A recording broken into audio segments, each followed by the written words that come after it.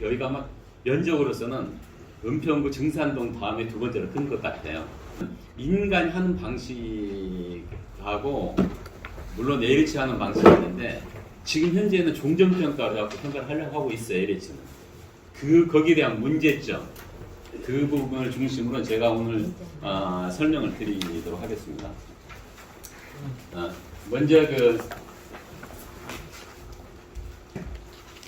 부천 한 6만 6천 면적은요, 그러니까 한 2만 평 정도 돼요. 1678세대. 그 다음에 용적률은 일반 주거지는 보통 300%입니다. 이게 굉장히 많이 오른 겁니다. 사실 300%인데, 이 지구는 현재 제가 용적률을 나중에 제일 마지막에 이제 추측해보니까, 1674를 저희가 분석해봤어요. 분석해보니까 약 270% 정도 가는 것 같아요. 그럼 용적률이 20에서 30% 여력이 있지 않습니까? 20에서 30% 여력이면은 약 1000억 정도의 증가, 순이익을 가꿀 수가 있어요. 순이익을 1000억 정도 가꿀 수 있다는 것은 여러분들한테 1000억을 더 보상을 줄 수 있다는 얘기예요. 그래서 그 부분들 좀 있는 것 같습니다.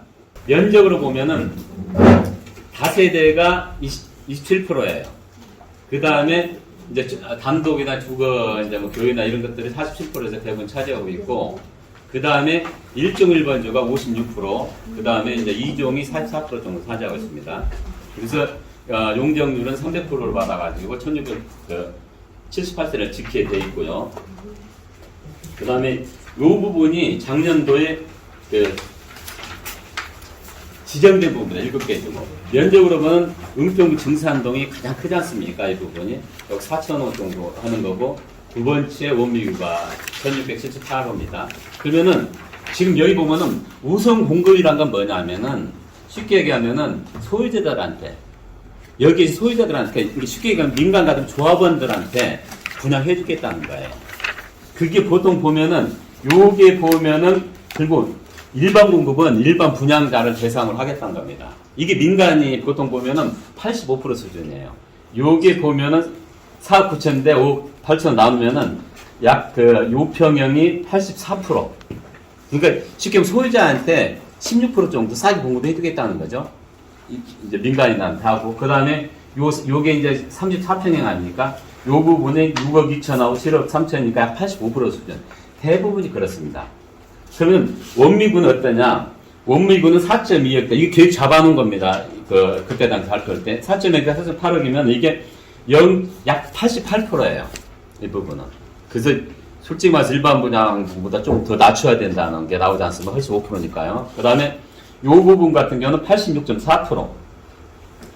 지금 이렇게 되어 있습니다. 근데 이제, 그럼 시세 대비 얼마 되느냐? 옆에가 2안 있지 않습니까? 2안. 2안이 34평형 기준으로 저희가 보면은 2억 5천에서 2억 8천 형성되고 있어요. 그러다 보면은 시세 대비 처음에 홍보할 때는 네이버 같은 부분 잘 나옵니다. 62% 수준으로 홍보를 하고 있어요. 62%에서 65%입니다. 쉽게 얘기하면은 지금 정부에서 LH를 통해서 싸게 공급하겠다는 목적 아닙니까? 시기를 당기고 비용을 줄여가지고 그래서 주변 시세 대비 60에서 70%의 아파트를 공급해주다는 취지로 이렇게 열차로 진행된 거예요. 지금 현재요. 그래서 보면은 현재 2안 아파트 대비해서는 62에서 한 65%? 시세가 다 틀리니까 그 정도 형성되어 있는 것 같아요. 저희가 보니까요. 그래서 그러면 뭐가 중요하냐면은 지금 정부가 처음에 이 복합 공급주택을 발표할 때 싸게 소유자한테 싸게 공급한다는 취지로 했지 않습니까? 건축비가 최근에 보통 건축비가 450에 480이었습니다. 근데 지금은 600, 650으로 올라버렸어요. 잘 아시지 않습니까? 보통 30% 가까이 올랐습니다. 그렇기 때문에 LH나 이런 데에서는 건축비 상승 요인으로 인해서 병원에서 올리려고 할 여지가 굉장히 높아요. 하지만 반대로 또 따지면은 건축은 올라갔지만 아파트는 떨어진 추세 아닙니까? 지금 굉장히 떨어지고 있습니다. 지금 오늘 이제 하방에 떨어지고 있으니까 당신들이 주장했던 60%는 고세해줘라 주변에 쉽게 이한 아파트 중심으로 60% 고세해줘야 된다 이런 논리를 가지고 지금의 아파트를 여러분들한테 공급해 주는 거 그 부분은 충분히 고수를 해야겠죠. 그 부분 수준은요. 그리고 지금 제가 그 88%였지 않습니까? 여기 그 일반 분양은 좀 비싸게 해라.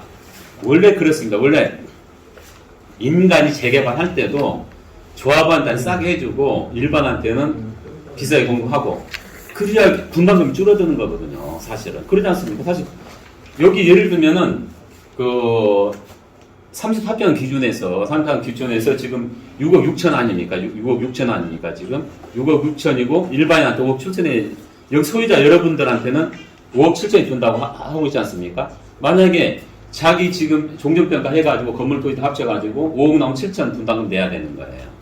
그러지 않습니까? 이게? 그러면은 분양가 낮추고 종전토지가 올리면 되는 거예요. 논점은 제가 좀 이따 설명드릴 건데 가장 중요한 논점은 뭐냐면은 민간 개발하고 그게 공공 개발하고 차이점이에요. 이 부분은 굉장히 중요한 부분입니다. 민간 개발은 어차피 자기 돈 갖고 자기가 져야 돼요. 쉽게 얘기하면은 조합이 적지 않으면 못 집니다. 그렇기 때문에 어차피 비용이 되어도 자기들이 다 분담해야 됩니다. 그러니까 사실은 그 싸게 주는 게 한계가 있어요. 적자내도 어차피 분담금을 늘려서 또 받아내야 되니까. 사실은 그 공공 이 부분은 그래서 공공 부분이 이제 종전평가 좀 낮게 하라는 이유가 있습니다. 근데 종전 부분은 어떤 거하고 차이는 어떤 부분이냐면은 공공은 60% 주변에 시세 준다니까 그걸 하고 나머지는 그 종전 가격이 좀 높아지면 분담금 늘어날까 그러면은 용적률 높이라 이거죠. 여기 용적률 제가 한 30% 차이 있다고 했지 않습니까? 지금 여기가 270%인 것 같아요. 정확한 건 아닌데 1678세대를 제가 마지막 장에 한 추정을 해봤어요. 거의 맞을 겁니다. 그래서 20-30% 여력이 있다는 거. 그 부분들은 숙제 하셔가지고 꼭 찾아드자고. 왜냐면은 건축비는 지금 건축비 제가 그 남양주 하나 그 민간 재개발을 하고 있는데 480이었습니다. 거기 호반건설을 했다는데 근데 올랐다고 해서 그 많이 올랐는데 거의 600에 다시 계약했어요. 사실 600에 계약했으면은 요즘에는 싸게 계약한 겁니다. 그래서 결국은 그 건축비는 이렇게 올랐지만 어차피 그 부담들을 주민한테 떠들면 안 되니까 하시고요. 그 다음 장은요. 요 부분 아까 그 부분이에요. 쉽게 말하면 택집이라는 것은 그 분양가 상한제 맞바트 가격하는 건 택집이 쉽게 토지가죠. 거기다가 기본 건축비 매년 정부에서 지정합니다. 이 부분 자체. 그다음 가산비라는 것은 말 그대로 토지할 때 공사비 뭐 이런 게 있지 않습니까? 방역 철거비 이런 부분. 건축비에서 요런 부분들 더해가지고 분양가가 나오는 거거든요. 상한가가. 근데 여기 보면은 여기 이제 우리 원미 지역이에요. 여기 보면은 25평이 4,800억. 이게 4억 8천. 여기가 6억 6천 아닙니까? 지금 현재. 이게 뭐냐면은 솔직히 분양가격이에요. 분양가격이고, 이게 일반인한테 분양해 주겠다는 가격 평당입니다. 근데 아까 그 앞장에서 봤듯이 요 부분이 지금 일반 여러분들한테는 5억 7천 해준다고 했지 않습니까? 그러면 이게 한 1660만, 1700이 좀 안 돼요. 이것은 1900이라 했지 않습니까? 이 차이가 이제 아까 그 80몇 프로 된다고 했죠? 그리고 요 부분 같은 경우도, 그러니까 우선 공급가는 한 1900만 정도 주겠다는 거예요. 일반 분양. 그럼 싸지 않습니까? 일반 공급가는. 저희가 2500, 2800이니까 이하니. 이것은 누구나 분양받을 수 있는 거예요. 이것은. 소유자는 요거보다 한 15% 싸게 주겠다는 것이 1660만 원으로 이반될 때 이렇게 측정해 놨습니다. 이 부분 자체를요. 그래서 그게 이제 주변 그 분양가격 대비해서는 한 62에서 65%라는 겁니다. 그래서 일단 그 주변 시세의 목적이 그랬으니까. 그리고 그래서 그 부분에 대해서 이제 종전평가라고 하죠. 그 LH에서는 보통 이 부분이 그러면은 어떻게 자기 토지들, 빌라들, 그분이 평가 어떻게 이루어지냐. 그게 이제 다음 장부터 제가 설명드리도록 하겠습니다. 토지는 사비정보실이 작년도 12월 31일이죠. 그때 기준에 평가할 겁니다. 그럼 여기는 공시지가를 있고, 뭐 지가변동을 곱하고 해가지고 하는데, 결국은 공시지가, 그다음에 급압교인이라는 게 있어요. 급압교인은 뭐냐면은, 공시지가는 예를 들면은 평당 1000만 원인데, 주변 시세는 2천만 원 2배 차이 나지 않습니까? 3천만 원 1.5배 차이 나고. 그리고 아주 그러면 공시가 몇 배를 주냐는 결정하는 거예요. 공시가는 목적은 뭐합니까? 세금을 거두기 위해서 만든 거거든요. 공시가는 사실은 재산세 걷기 위해서 만든 거기 때문에 결국 시가하고 차이가 있을 수밖에 없지 않습니까? 이게 결국은 보상가, 여기에 있는 토지 가격에 결정 영향을 미친 건데, 그러면은 이 그 밖의 영향을 뭘로 판단하냐면 주변의 보상평가에서 보상평가 사례, 그 다음에 최근에 주변의 시세들, 이 부분을 가지고 선정하는 겁니다. 그 다음에 참 이걸 먼저 설명드릴게요. 청산평가, 재개발에서 종산평가가 있고 청산평가가 있고 그래요. 그럼 종전자산 똑같은 토지, 현재 여러분들이 가지고 있는 단독이나 뭐 어떤 주택들을, 그 다음에 종후평가라는 것은 나중에 아파트 부지를 아파트 평가하니까 의미가 틀리고요. 그러면 요것은 솔직히 내가 조합원들, 내 아파트를 분양받고 사는데, 그러면 이건 뭐냐면은 결국은 상대적인 가격만 내면 되는 거예요. 쉽게 얘기하면은 이 가격이 얼마고 비중이 얼마고 이 가격이 비중이 얼마고, 그러니까 지분율을 산정하게 한 거예요. 쉽게 분담금을 갖다가 내기 위해서 산정하는 거예요. 그러니까 시세가 100만 원이라고 해서 70만 원에서 상관이 없어요. 꼭 100만 원 할 이유가 없습니다. 이게 찾아가는 가격이 아니니까. 분담금을 그 대신 단독이 그러면 빌라도 그렇고 나머지 그 수준을 평가하면 되는 거니까. 그게 그래서 결국은 종전계약 그런 게 아니고 청산, 여기 조합원이 될 수 있는 사람들이 있어요. 예를 들면 상관와가지고 이런 사람들은 받는 가격이 그냥 나가는 가격 아닙니까? 그래서 그리고 절대 가격인 거죠. 여기는 그래서 저희가 보면 상대 가격이 나왔잖아요. 권리 배분 가격. 이건 절대 가격. 이것은 값고 확정 가격인 거예요. 이건 절대 평가하면 이거 가지고 모든 것을 갖다가 나가든지 수용자기를 하든지 소송하든지 그 방법밖에 없어요. 그런 차이를 제가 왜 언급해 놨냐면은 지금 LH가 그런 얘기를 많이 할 거예요. 종전 가격을 높여놓으면은 그게 딱 조합에서도 분명히 똑같이 합니다. 민간적으로.